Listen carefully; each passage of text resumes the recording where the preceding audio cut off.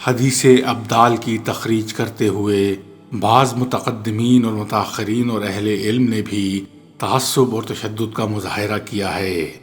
امام احمد بن حنبل رحمۃ اللہ علیہ نے اپنی مسند میں حضرت علی رضی اللہ تعالی عنہ سے مروی روایت درج کی ہے کہ میں نے رسول اللہ صلی اللہ علیہ وسلم کو فرماتے ہوئے سنا کہ ابدال شام میں ہوں گے اور وہ 40 مرد ہوں گے۔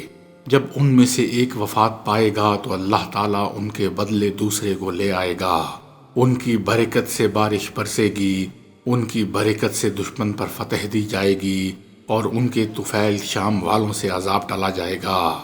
ایک اور روایت جسے حضرت عبادہ بن صامت رضی اللہ تعالیٰ عنہ نے روایت کیا تقریباً اسی مفہوم کی ہے، لیکن اس میں ابدال کی تعداد 30 بیان کی گئی ہے۔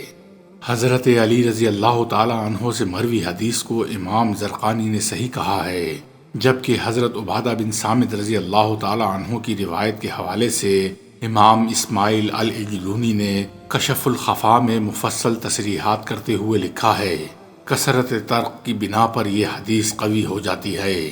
سنن نبی داؤد اور سنن ابن ماجہ میں درج احادیث کے بارے میں بعض راویوں نے کہا ہے کہ وہ اپنے وقت کے ابدال تھے۔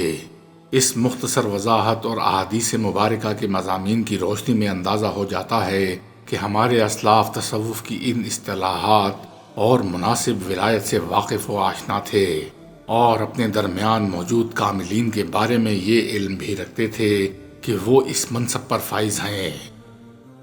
امام یافعی کے حوالے سے صاحب رسالہ قشیریہ لکھتے ہیں، حضرت بلال خواص نے حضرت خضر علیہ السلام سے امام شافعی رحمۃ اللہ علیہ کے بارے میں پوچھا تو انہوں نے جواب دیا کہ وہ اوتاد میں سے ہیں۔ امام یافعی کہتے ہیں یہ امام شافعی کے مرتبہ قطبیت پر فائز ہونے سے پہلے کی بات ہے۔ رسالہ قشیریہ میں مزید لکھا ہے کہ جب خواص نے خضر سے پوچھا امام احمد بن حنبل کے متعلق کیا خیال ہے، فرمایا وہ تو صدیق ہیں۔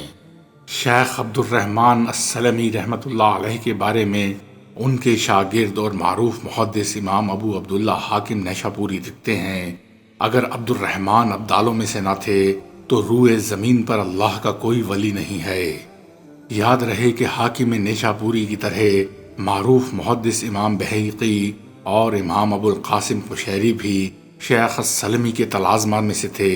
امام محی الدین نووی رحمۃ اللہ علیہ حضرت حماد بن سلمہ رحمۃ اللہ علیہ کے بارے میں لکھتے ہیں، آپ کا شمار ابدال میں ہوتا ہے۔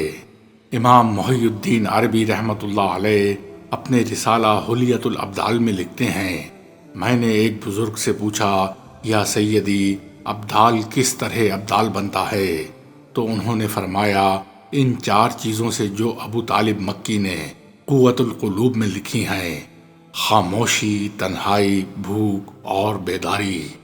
امام نووی رحمۃ اللہ علیہ نے یہ مشہور حدیث اپنی کتاب الاذکار میں نقل فرمائی ہے، جسے عبداللہ بن مسعود رضی اللہ تعالی عنہ نے روایت کیا ہے، یعنی جب تم میں سے کسی کی سواری غیر آباد مقام پر بے قابو ہو کر بھاگ نکلے تو وہ ندا دے، اے اللہ کے بندو اسے روکو، اے اللہ کے بندو اسے روکو، بے شک زمین میں اللہ تعالیٰ کے سپاہی ہیں، وہ ضرور اسے روک لیں گے۔ روئے زمین کی مختلف جہات اور آبادیوں میں بلکہ بر و بحر میں ایسے رجال الغیب اور مردان خدا ہر دور میں موجود رہتے ہیں۔ صوفیاء کرام فرماتے ہیں کہ کوئی بستی اور قریہ ایسا نہیں ہے جس میں ایک قطب یا ابدال نہ ہو، جس کی برکت سے رحمت نازل ہوتی ہے اور عذاب ٹلتا رہتا ہے۔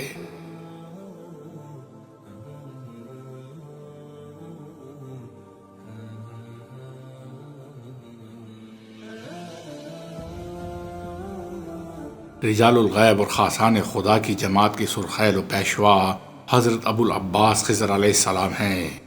آپ کو نقیب العالیہ بھی کہا جاتا ہے۔ آپ اللہ کے عبد خاص اور صاحب علم لدنی ہیں۔ قرآن پاک کی سورہ کہف میں بیان ہونے والے واقعہ خضر و موسیٰ میں آپ کے کمالات علمی اور روحانی کا جامع اظہار ہوا ہے۔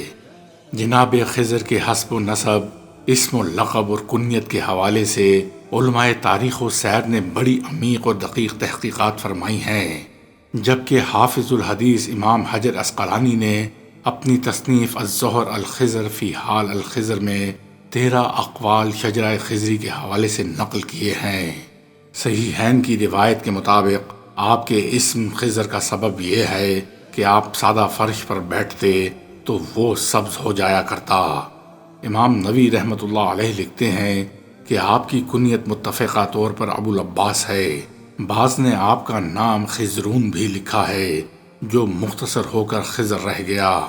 امام نووی نے ابن قتیبہ کے حوالے سے آپ کا نسب نامہ حضرت نوح علیہ السلام تک یوں بیان کیا ہے: بلیہ بن ملیکان بن فالق بن شالخ بن عامر بن عرف خشز بن سام بن نوح۔ الاصابہ میں ملیکان کی بجائے کلمان لکھا گیا ہے۔ حضرت خضر کے نبی یا ولی ہونے کے بارے میں مختلف اقوال ملتے ہیں۔ علماء اور صوفیاء نے اس حوالے سے بھی خوب معلومات بہم پہنچائی ہیں۔ البتہ جمہور اہل علم اور محدثین کا میلان خضر کے نبی ہونے کی طرف ہے۔ چنانچہ حافظ ابن حجر عسقلانی کے مطابق سورہ کہف کی آیت نمبر 86 سے استدلال کرتے ہوئے اگر ہم کہیں کہ وہ نبی ہیں تو کوئی مضائقہ نہیں، کیونکہ غیر نبی کس طرح نبی سے بڑھ کر عالم ہو سکتا ہے، اور کیسے ایک نبی اور رسول غیر نبی کے تابع ہو سکتا ہے۔ اسی لیے امام ثعلبی نے کہا ہے، امام ابن جریر الطبری نے اپنی تاریخ میں خضر علیہ السلام کی نبوت کا اثبات کیا ہے۔ امام ابو حیان نے اپنی تفسیر میں لکھا ہے، جمہور علماء کا خیال ہے کہ وہ نبی ہیں اور ان کا علم باطنی امور کی معرفت سے متعلق تھا جس کی انہیں وحی کی جاتی تھی، جبکہ موسیٰ علیہ السلام کا علم ظاہری احکام پر مبنی تھا۔ اس کے باوجود صوفیاء کرام کی ایک جماعت نے انہیں ولی قرار دیا ہے۔ چنانچہ امام ابو القاسم القشیری نے اپنے رسالہ قشیریہ میں لکھتے ہیں، خضر نبی نہ تھے بلکہ وہ تو ولی تھے۔ بعض نے کہا ہے کہ وہ ملائکہ میں سے ایک فرشتہ ہیں جس نے انسانی صورت میں ظہور کیا، کسی نے انہیں عبد صالح کہہ دیا ہے۔